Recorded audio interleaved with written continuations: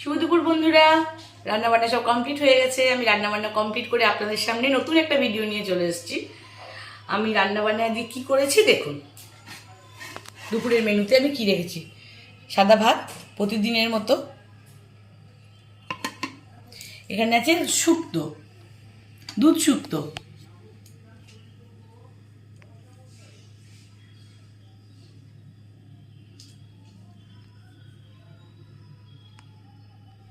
আর এখানে আছে মাছের টক। এটা কালকে করেছিলাম বন্ধুরা, এখনো আছে। আর এই যে আলু পটল দিয়ে মাছের ঝোল পাতলা করে।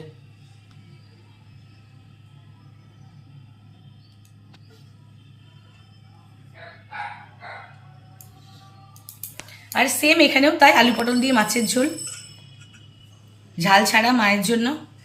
আর এটা হচ্ছে ওলের তরকারি।